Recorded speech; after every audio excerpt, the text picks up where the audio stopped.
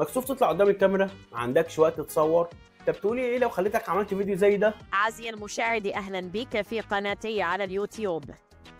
لا تنسى الاشتراك في القناة ومشاهدة جميع أدوات الذكاء الاصطناعي من كانفة مجانا من غير ما تدفع ولا مليم ولا جنيه، تنشره في كل منصات السوشيال ميديا وكمان اليوتيوب، فتحقق مشاهدات، فتكسب فيديوهات، فتكسب ترندات، فتدخل فلوس، فتدخل دولارات ودوامه ما بتخلص.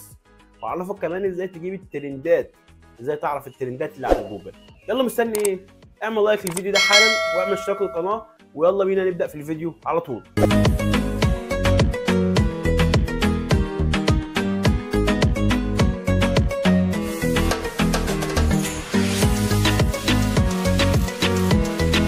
السلام عليكم ورحمه الله وبركاته، ازيكم يا بكم كويسين؟ النهارده هنتكلم مع بعض عن واحده من احد اهم ادوات الذكاء الاصطناعي الخاصه بكانفا والخاصه بالدوره بتاعتنا.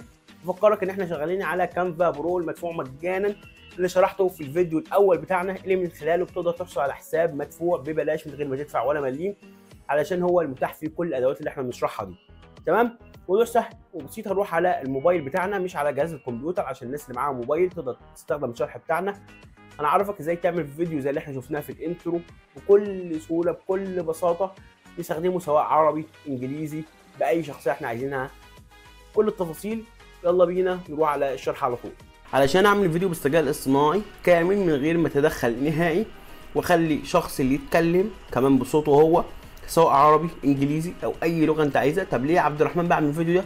ممكن استخدمه ليا، استخدمه لشخص حابب عزيز عليا مثلا ينشره، او اكسب منه. ازاي اكسب منه يا عبد الرحمن؟ ممكن حد يطلب مني الخدمه دي، او ان انا اعمل صفحه على السوشيال ميديا او على اليوتيوب وابدا اعمل فيديوهات وابدا انزلها من غير ما اصور نفسي او اتكلم. يا دوب اللي انا هجيب بس الكلام واخلي الكلام ده او الاداه دي تتكلم، واخد الفيديو انزله على اليوتيوب. طب حاجه زي مثلا زي الاخبار، زي اسعار الذهب، زي اسعار مش عارفه ايه، اي حاجه بتكون ترندي دايما ومستمره، اقدر اعمل بيها فيديو متحدث يوميا، اخليه مثلا يتكلم لي عن الاخبار وانزل الفيديو ده، وهكذا كل يوم انزل فيديوهات فتجيب مشاهدات فتجيب فلوس. طب الاداه بتستخدمها ازاي؟ حسابنا على كانفا زي ما انت شايف تحت خالص، هدوس على علامه زائد وهبدا ادوس على فيديو زي ما انت شايف تحت خالص اهي. الفيديو عندك اللي هي 1920 في 1080 هدوس عليها، ده اللي هو عرض الفيديو في طول الفيديو. هبدا اختار اداه من ادوات الذكاء الاصطناعي او من التطبيقات. ازاي يا عبد الرحمن؟ تحت خالص عندي من القائمه اللي تحت دي هحرك يمين وشمال، الاقي حاجه اسمها عندي تطبيقات، هدوس عليها.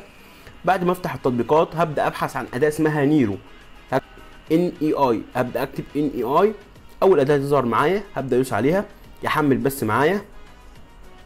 هبدا ادوس على اول اداه اللي هي عامله زي الفراشه دي كده، هدوس عليها.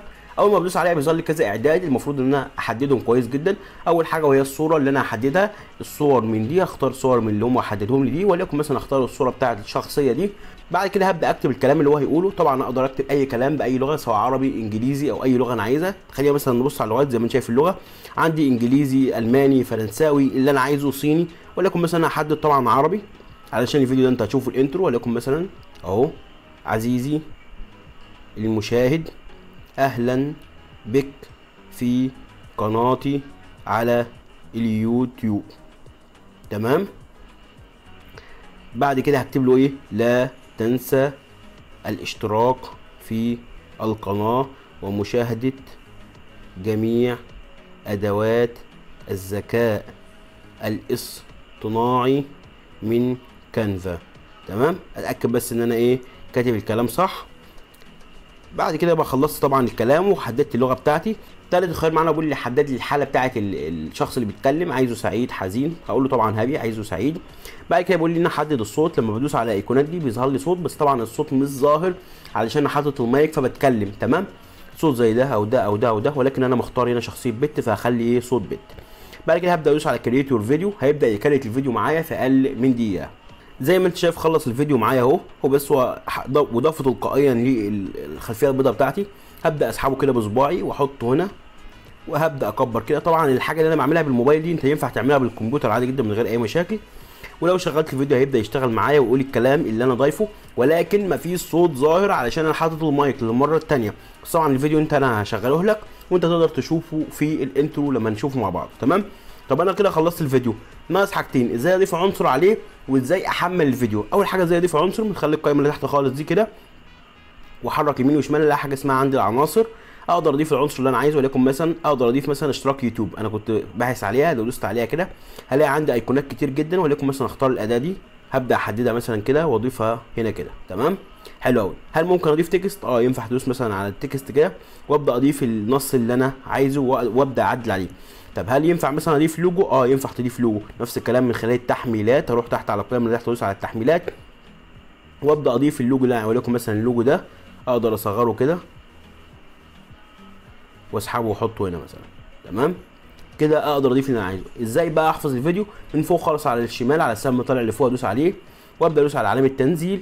طبعا هو بيحدد لي تلقائيا صيغه الفيديو اللي هو MP4، بحدد اعلى حاجه في الجوده علشان حسابي مدفوع، وابدا ادوس على علامه تنزيل يبدا الفيديو ينزل معايا من غير اي مشاكل. خلينا ندوس على تنزيل يبدا يحمل معايا. وبكده نكون عرفنا ازاي نعمل فيديوهات بالذكاء الاصطناعي من غير اي مشكله، ونكتب الكلام اللي احنا عايزينه. تقدر تستخدم الفيديوهات دي في ان انت تنشرها على منصات السوشيال ميديا او اليوتيوب، فتحقق مشاهدات، فتحقق دولارات، فتكسب فلوس، ودوما ما بتخلص.